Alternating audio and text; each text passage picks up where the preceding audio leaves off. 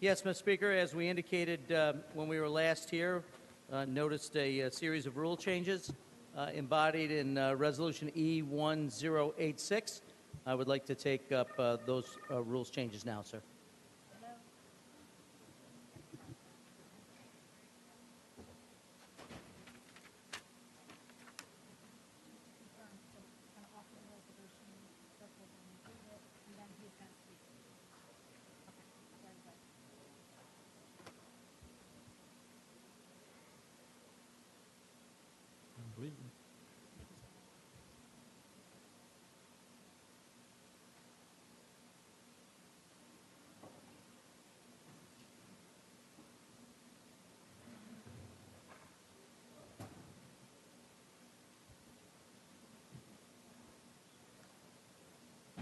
Mr. Morelli. I offer the following resolution and move its adoption.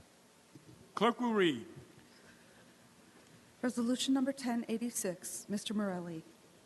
Assembly resolution amending the Assembly rules. Mr. Morelli.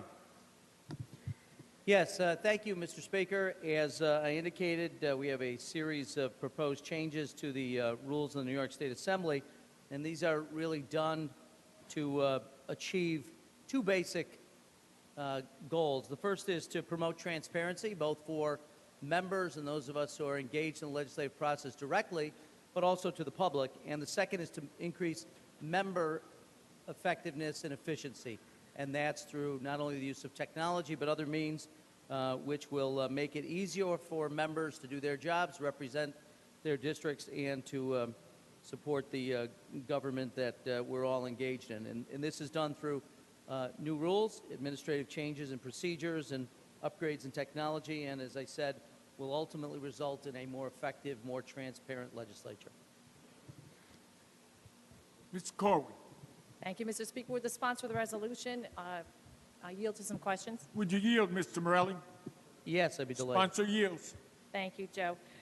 Yes, my understanding is this is a proposal that had come out of the work of a commission that was put together by the Speaker, and the commission put forth these recommendations. Is that correct? Well, not entirely. The Speaker did appoint an internal work group that was led by Mr. Kavanaugh and Mr. Pretlow. A number of these ideas came from that group, but a number of other ideas came either from work that was already at work. The Speaker immediately becoming Speaker last year asked for a number of technological changes which would improve efficiency. Obviously, you know, and I thank you for your work on implementing the constitutional amendment with the tablet. Some of this is a continuation of that work, and others are just ideas that have been coming forth from members that have been considered, and we felt that they were positive, would be helpful, and so are incorporated. So I don't want to suggest that the work of the work group wasn't important to this. It was integral to it, but not exclusively the work of the rules before us. I see. Okay, because my question would be, in terms of membership on the commission, it was all majority members on that commission, correct? Well, again, it was not a commission. This was really the Speaker, as the Speaker has, you know, want to do from time to time, ask a group of members to make recommendations, and that they did. And but there was input from a number of members, and many of these ideas are ideas that we've heard from members before, including some from members of your side of the aisle. Sure, absolutely. Thank you. Now, not that I'm getting off topic, but there was a information released to the press on Thursday governing this whole issue. There were 42 items included in that press information. This resolution is only meant to address the rules changes, which is 19 of the 42. I just want to make sure that people watching this broadcast understand that what was put forth in the press last week, this rules modification does not address all of those issues. It addresses about half. Well, I think what's fair to say is those recommendations which the Speaker accepted that needed to be operationalized through change in the rules are embodied here. Others can be done administratively by the Speaker as the administrative head of the Assembly, and those will be done. But as it relates to those things that were necessary to be done through the rules, these embody those changes. Sure, okay, thank you. Included in this resolution, is there anything addressing term limits for leadership? No, as I probably indicated during some discussion last week, that is not included here. And in fact, a proposed change in the rules earlier this year on that topic, as you know, was defeated. Yes. Okay, thank you. And if it's all right, we can just go through the actual resolution section by section, and I have a couple questions regarding that. The first one being, if you start on page 3 of the resolution, the middle section referencing the introducer's memorandum. So this would be the sponsor's memo that we're dealing with here. That middle paragraph, it starts out, there shall be appended to every bill introduced in the Assembly an introducer's memorandum setting forth purpose of the bill, summary provisions, a statement of its fiscal impact on the state and its localities. And what we're adding here is the localities' fiscal impact. What was already part of this rule was the listing of the fiscal impact to the state. Now, one of the biggest problems, and I've talked on this many, many times on this floor, regarding the fiscal impact is that 99% of the time, that fiscal impact isn't an actual number. It's usually something to the effect of to be determined, unknown, whatever the benefits of the bill, far outweighs the cost of implementing, that kind of nonsense. Does this resolution address that aspect of fiscal impact? Are we requiring an actual figure to be included in these bills going forward? Well, respectfully, I'm not sure I would call it all that nonsense. I mean, sometimes a fiscal impact cannot be determined, or there's a minimal impact, et cetera. This would apply essentially the same type to how the impact of legislation would affect localities. So it would be similar to the expectation that we have that a member would indicate what fiscal impact it would have on the state. This would now extend to localities. Okay, I understand that certainly. Forgive my facetiousness. No, but that's quite all right. frustrating to me coming from a finance world. Okay, if we go down to the bottom paragraph of page 3, it's section 2, references any assembly bill introduced in the first year of the term of the assembly shall be deemed to be reintroduced for the second year of such term. And I just want to make sure that the members are clear in terms of how our work will be modified under this provision going forward. Right now, the way it works is at the end of the first year, any bills that are sent to the Senate and are not taken up at the Senate come back to us in the form of a super calendar. What we're doing with this provision would be including in that super calendar any bills that, beyond just those that went to the Senate and coming back. Anything else that came to our calendar and did not get taken up, is that correct? Yes, that's absolutely right. So just for purpose of members' edification, because everyone may not pay as much attention to this as you and I are required to pay attention to it.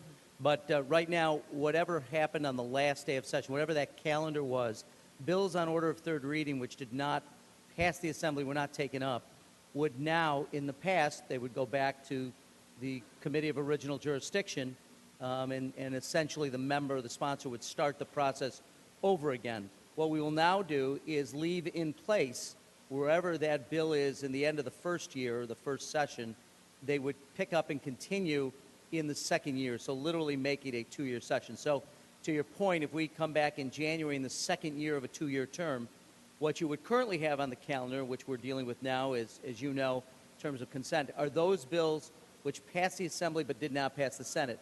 They are restored to third reading when we come back. Now, if these are passed in the second year of our next term, you would have not only those bills which passed the Assembly but did not get passage in the Senate on the first calendar, you would also have those bills that ended on the order of third reading when we adjourned for the summer and came back. So you would have many more bills on that calendar. Certainly. So the net effect here is we're going to end up, I believe this session we started out with approximately 300 bills on the super calendar. Potentially we could end up with significantly more at the start of the second year under this provision. That's correct. You would have probably, if history is a judge, somewhere in the vicinity of 500-600 bills that would be on the first day calendar of the second year of the 2-year term. Sure. And my understanding, or I get the sense that the purpose of this is to allow members who have a bill working through the process to not have to start over again at the beginning of the second year. So if they get it through 2 committees and it's ready to come to the floor at the end of the first year, they'll be able to just pick up where they left off. Is that the intention here? That is correct. I do want to note that under our current rules as it relates to bills that have passed the Assembly but not passed the Senate, that the sponsor retains the right, if he or she chooses, to put the bill back in the committee of original jurisdiction. They can opt to do that. But generally speaking, you're exactly right. The hope is that as you're building momentum for a bill, people have expressed frustration that they will get to a certain point in the process, session ends, and they have to begin again the following January. This would allow that individual to pick up wherever they left off in the process. Okay. And nowhere in this section of the resolution does this allow a bill to bypass committee and go straight to the floor for a vote? So it would still, the process hasn't changed. We're just basically expediting it because we're allowing it to pick up where it left off. That's correct. Okay. All right. Thank you. Let's see. Page 4, the middle section, middle paragraph, it's underlined. It's new language.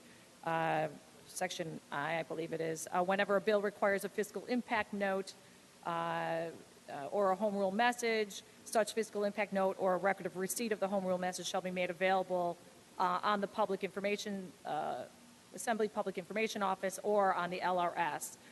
Nowhere do I see any kind of a time frame or some sort of a constraint in terms of how quickly that information has to be made available. And I'm just wondering why we don't have that. Like, Well, for example, when we get the home rule message, it has to be posted within a week or 10 days or something like that. I think this is just as soon as is practicable. That's the language used throughout the resolution, and as soon as we can do that. Now, recognizing we would have to build this system, but once it is built and you know, we have some work to do in terms of gathering our resources and implementing many of these changes. But as soon as that's done, those will be available, presumably within a very short period of time. It's simply the fiscal note as well as the receipt that a home rule message has been received. Okay, all right. But like you said, we don't have any timelines in terms of when to expect this kind of information to be available. No, and I also do note that this will now, under other changes in the rules that are being proposed, also be delineated now on the daily calendar. Okay. So you'll note that a home rule message has been received. There will be an indication through a symbol on the calendar in our effort to make the calendar more useful to members. You will be able to see that as well. Okay, thank you. If we can move on to page 6, the last paragraph, section 5, this having to do with 99s. That's how we refer to them. That's the notification that a sponsor has to a committee to expedite or force the committee to take up that bill. This new provision will allow up to 5 99s to be utilized in an expedited process in the first year. So a member could do a 99 to a committee and force a bill to be put up for a vote as long as it's not the same committee twice. Is there anything in here, again, in this section of the resolution that would allow us to get a bill to a vote on the floor? Well, no, this is an extension of the existing system with the, as you refer to it, the 99 form. That's what we call it internally and formally, requiring consideration of legislation before the committee. And this would add, as you're right, it changes some timetables relative to the second year in the cycle for those requests, and adds a new section that relates to the ability to have up to 5 bills considered in the first year of the 2-year term. There's nothing in here other than the motions to discharge, et cetera, which are already in the rules, that would allow for you to bypass all the committees and go directly to the floor. But this just relates to request for consideration of bill in committee in the first year. Okay, thank you. And also regarding 99s, that we're trying to make the process or put it into electronic format as well, so you can, what we call the blue slip, or, you know, the request to become a sponsor, you can do electronically under this provision. Oftentimes when one of our members has a blue slip, they have to walk up to the member who's the sponsor of the bill and say, would you allow me to be a sponsor? And they get some instant feedback in terms of whether or not they can go on that bill as a sponsor.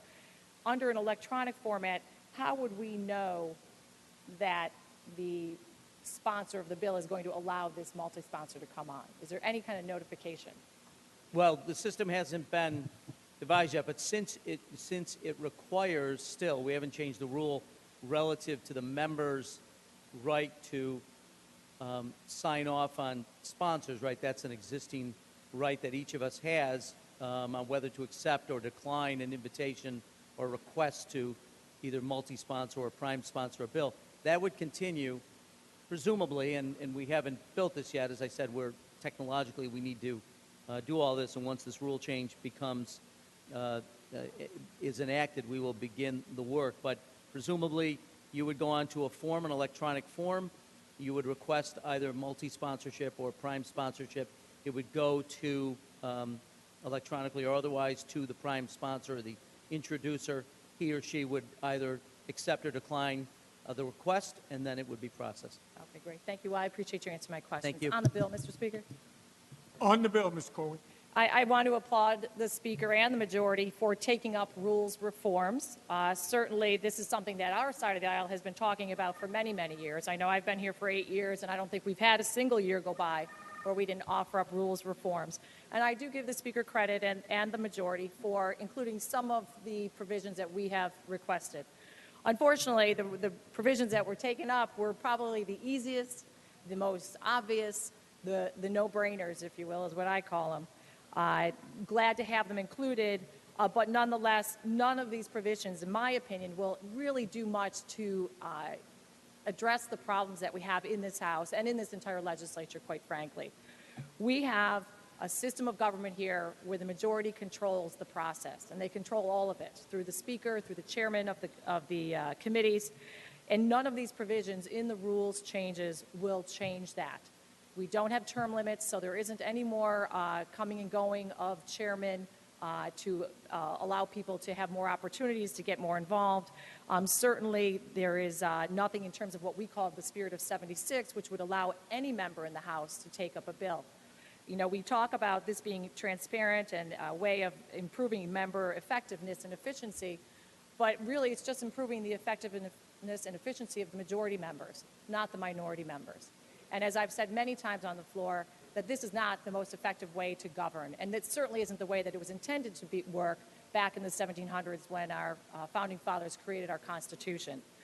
What I would like to see are many of the other provisions that we've brought forth in the past, and I certainly will allow my colleagues to speak on this as well. But I will support these measures, but certainly we've got a long way to go. Thank you, Mr. Speaker. Thank you, Ms. Corwin. Ms. Gaylor, on the resolution. I'd just like to ask some questions of the majority leader. Mr. Morelli, will you First of all, yield? Yes, of Yeah. course. First of all, I think this is, again, some progress that's coming along, and I'm very happy that it's here. For the information of others, I was not on this group that was putting together proposals, but I think they're really valid ones. But I have two questions. One with the fiscal notes. My understanding was that our Ways and Means Committee has information about the fiscal viability of any of the bills that come through the Ways and Means Committee. Is that right? Well, our staff analysis, our staff does an analysis of various bills that have a fiscal impact. If that's, you mean, internal staff notes. Right.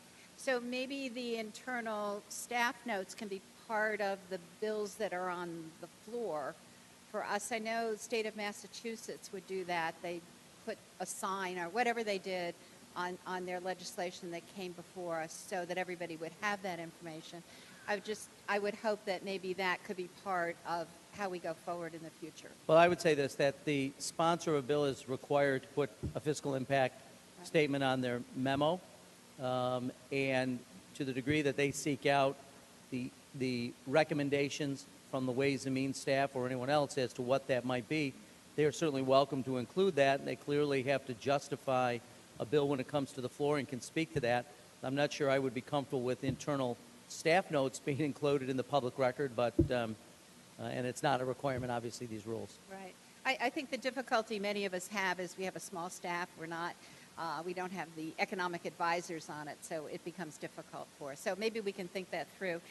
The other is on the continuing bill, and I think that's so great because I think we sat here in the second year of our term in office for most of us, and we're doing the same bills again, of which it's interesting. Sometimes there are different votes, as I found last week.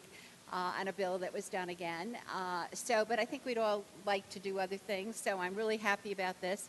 But one of the issues is, and I think that one of our colleagues had indicated that the second year we might have, in addition to the 300 bills on the super calendar, we might have another 200 bills that had gone to the Senate that hadn't been voted on in the Senate. They would come back here.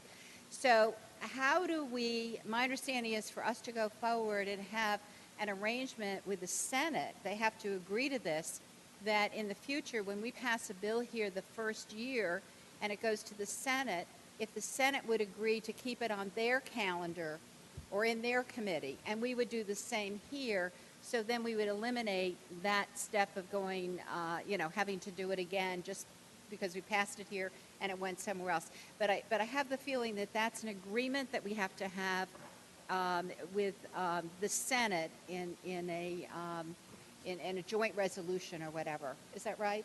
That's correct. I think what we have sought to do here, and my understanding is there may be conversations with the other house on a more global change that would be in partnership with the other house. In the interim, however, as it relates to our internal workings, there's nothing that precludes us from making this change and trying to at least address some of the concerns that have raised by you and others.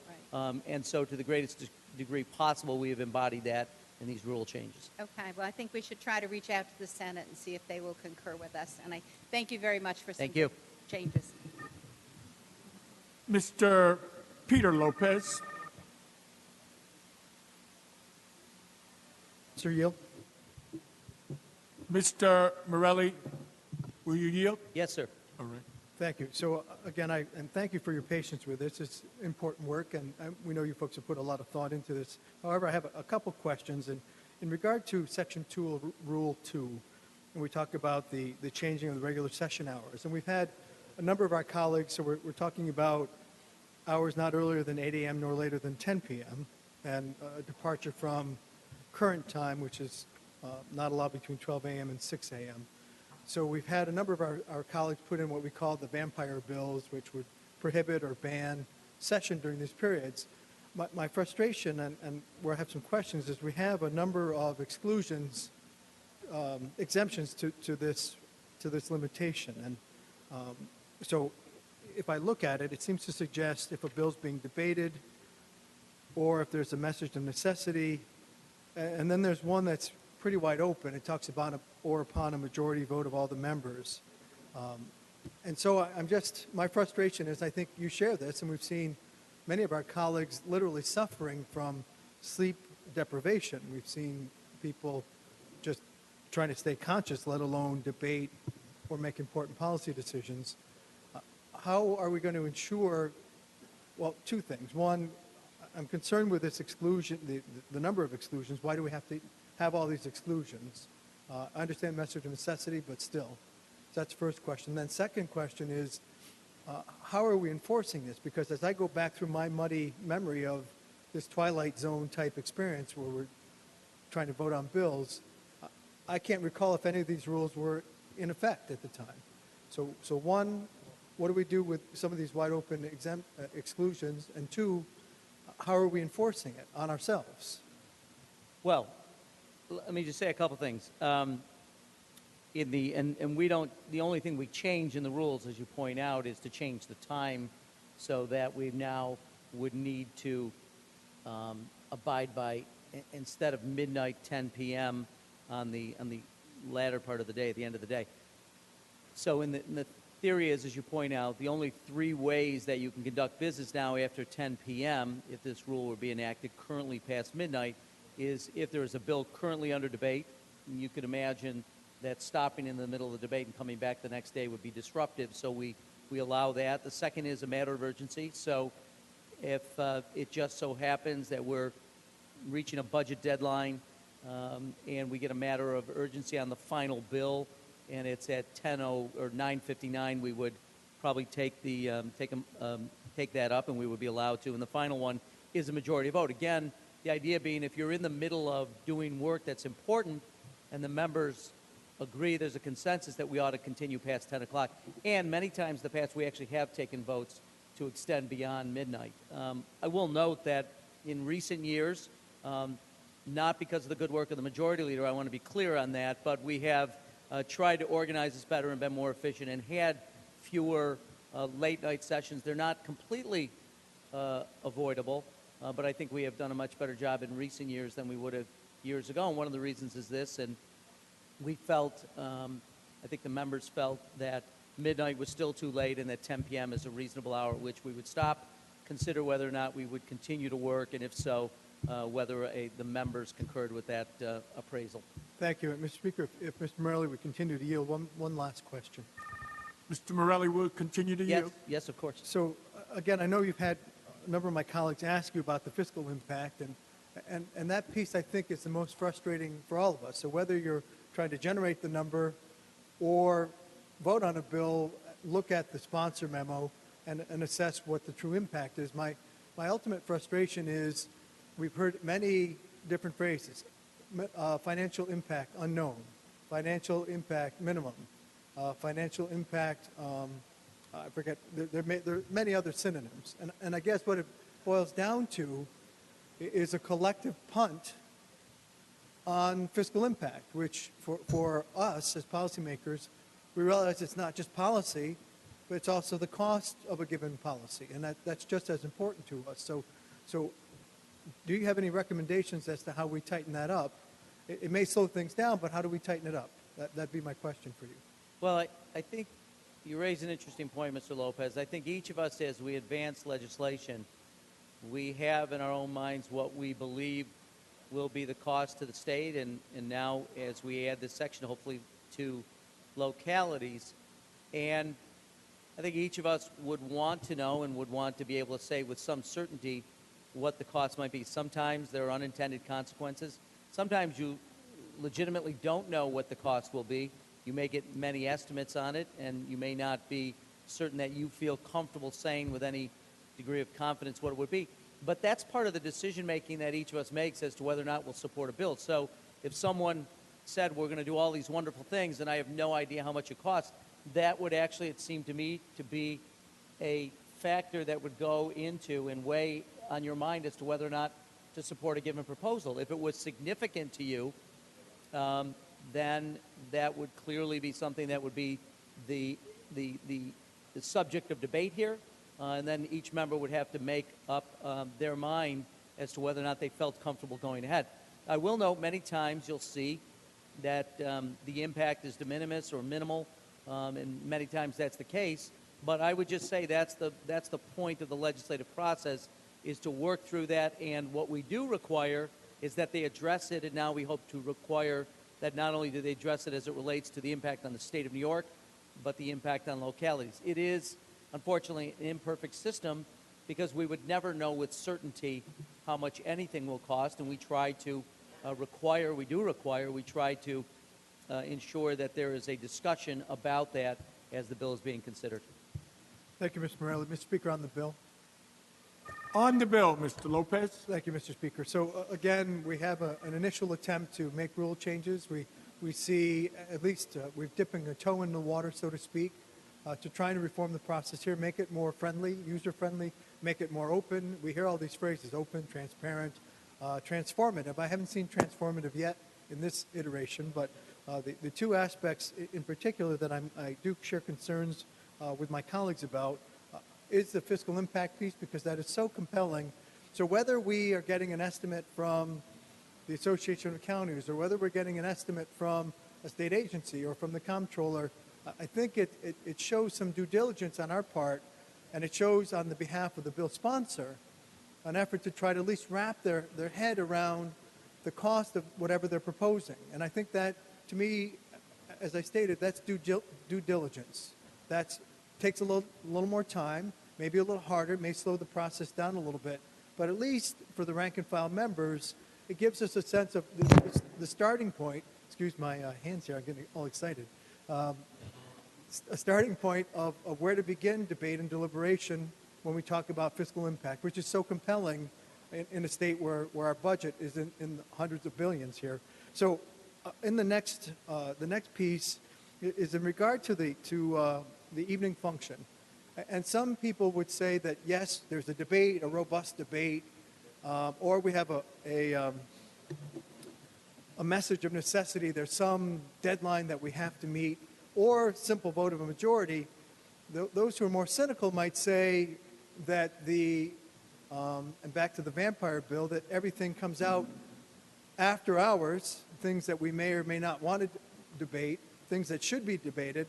Our cognitive ability is impaired. We're walking around with our eyes propped open with toothpicks and leaning on each other and trying to stay conscious, let alone be attentive to matters of public policy. So I can count the number of times where bills that pop out of all sorts of descriptions, where we're voting on a bill every 2 minutes at 2 o'clock in the morning or 5 o'clock in the morning or 6 o'clock in the morning. It makes no sense. So ultimately, we as a body control this. So the issue is, if we don't want to control it, then it controls us. And more cynically, some would say that we like the process because it allows bills and issues that might be stalled in a democratic deliberation from having their due and honest and open discussion. So I really am challenging this House to really revisit that provision. And we've had our colleagues introduce, they call them the vampire bills. They only come out at night. All right? So we don't need that. We can change what happens here, or not. This is my 33rd year here as former staff and now a member. I may not look that, maybe I do look that old, I don't know. But not to ramble too much, I keep hoping for change. I've seen numerous governors, numerous leaders, and ultimately what I find here, and I'm just going to put a little edge on this environment is more like the feudal era. The lord of so-and-so, the duke of so-and-so, we swear fealty to our lords, we control the process, and nothing ever changes because the process is constrained. And everyone who comes in, new people come in, and then they fall into the process. I have to say, folks, we're better than that. We shouldn't allow past practice. We shouldn't allow peer pressure. We shouldn't allow, really, the issue of desire to control a process limit us. We should be charting new territory here. Thank you, Mr. Speaker. Mr. McDonough.